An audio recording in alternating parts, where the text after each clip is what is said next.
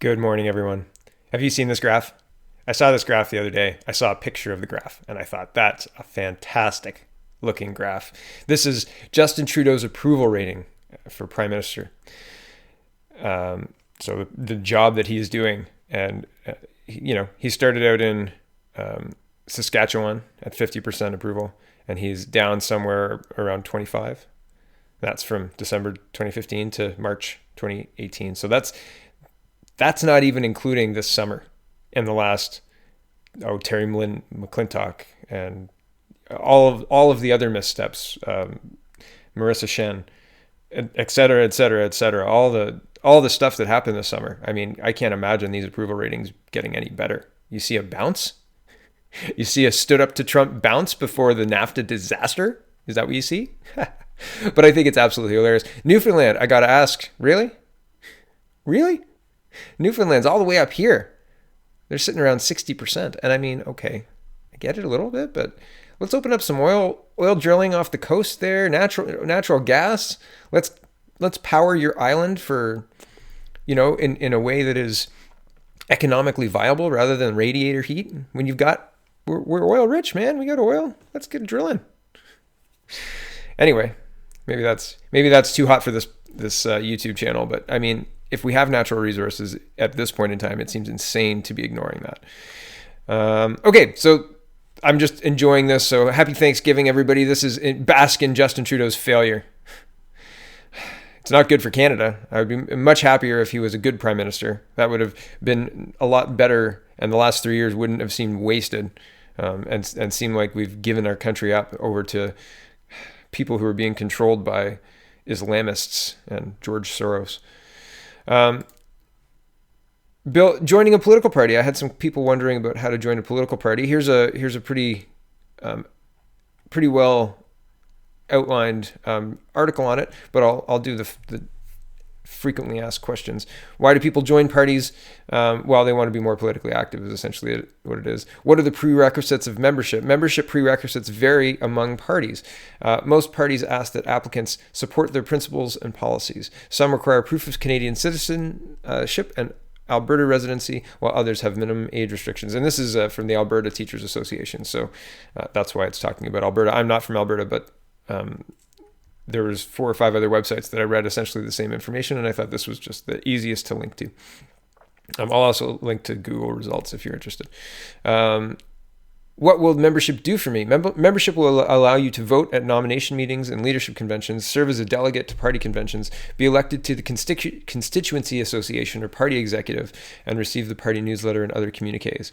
Also, they will ask you to send money. A lot of money. But that's standard. That's politics. And presumably if you're interested, if you've never been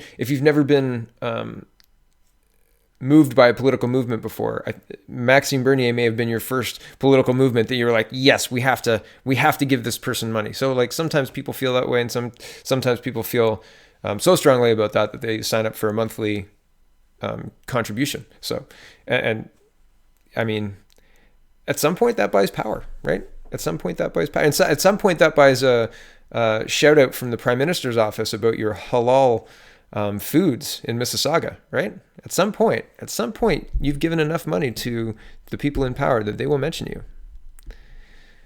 And you probably want them to. So, right?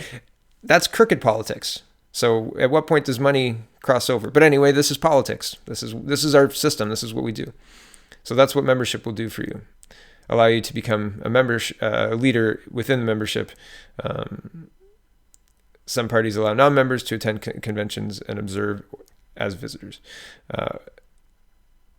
What will membership require me to do for the party? As a member, you are generally expected to support the party's fundamental principles and objectives. You will not be required to serve in an executive capacity, participate in any functions, make a financial contribution to the party, or vote for the candidate at election time. So there's no requirement. You don't have to do anything. You can just support the party. They're happy to have your name. And honestly, your email is valuable. Your email is very valuable. So if you give it out at your peril. Have a spam email account that you check very periodically if you know how valuable your email is and how valuable your time is. But again, if you're a true believer, if you really believe in the movement, then you want that. You want that direct line.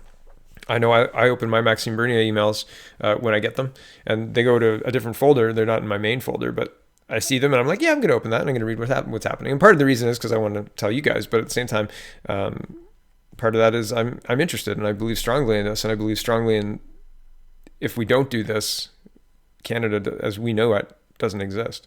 I don't even know if Maxime Bernier is enough at this point. Number 7, can I belong to more than one political party? That's not generally a good idea. When requiring members to support their principles and policies, most parties do not prohibit members from simultaneously belonging to other parties. So there's nothing prohibiting it. As I read in other places, they can't police it. It's generally the honor system. Okay, back to this. However, one of the 3 parties represented in the Alberta legislature requires applicants to affirm that they do not belong to any other party. So it's really up to the party. They'll take your email address. No, I mean, they will.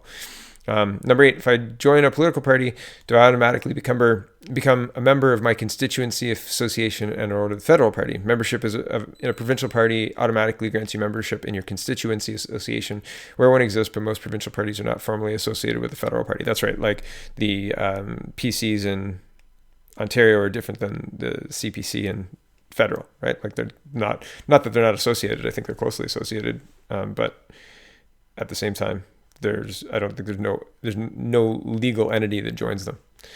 So number 9, will my membership be made public? Party membership lists are confidential and remain within the confines of the party. And number 10, how do I join a political party? Contact the registered provincial party or federal party of your choice, right? So you would find the say People's Party if you're interested in joining that, and it says right at the top, become a member. That link brings you to this site here, and you can join. And for right now, that's free. Same with Liberals. Same with everything else. Okay, so I saw this speech yesterday by Vice President Pence, and I haven't seen much about coverage of this, but I thought this was a pretty this is a very strong speech, charting a very different course with China, and China seems to be being seen by the U.S. as a big problem. So if you have time, check this speech out. It's really interesting. And he calls China out at the 20-minute mark. He starts really, really going after them, and he wraps it up really harsh as well. But this was kind of the point I wanted to make here. And I'll show you one other thing. To put it bluntly, President Trump's leadership is working, and China wants a different American president. There can be no doubt. China is meddling in America's democracy. As President Trump said just last week, we have, in his words, found that China has been attempting to interfere in our upcoming midterm elections. Our intelligence community says that China is targeting U.S. state and local governments and officials to exploit any divisions between federal and local levels on policy. It's using wedge issues like trade tariffs to advance Beijing's political influence. In June, Beijing itself circulated a sensitive document entitled Propaganda and Censorship Notice. It laid out its strategy. It stated that China must, in their words, quote, strike accurately and carefully, splitting apart different domestic groups in the United States of America. To that end, Beijing has mobilized covert actors, front groups, and propaganda outlets to shift Americans' perception of Chinese policy. As a senior career member of our intelligence community told me just this week, what the Russians are doing pales in comparison to what China is doing across this country. So I'll leave that there. I wanted to show you this. This is from the Breaker.news. I saw this in one of my news feeds, and when I was watching that speech, I was like, wait a second. So it says exclusive Richmond mayoral candidate says there's, quote, there is no human rights abuse in China. And so it says the Breaker asked Hung Go after the October 2nd all candidates meeting at Richmond Senior Center about her desire to foster closer ties between Richmond and China, despite international concerns over human rights abuse in China where there's no free press. Quote, I don't think so. I do not agree, Go said. I think China has lots of freedom of speech. Pointed out the journalists have been jailed in China.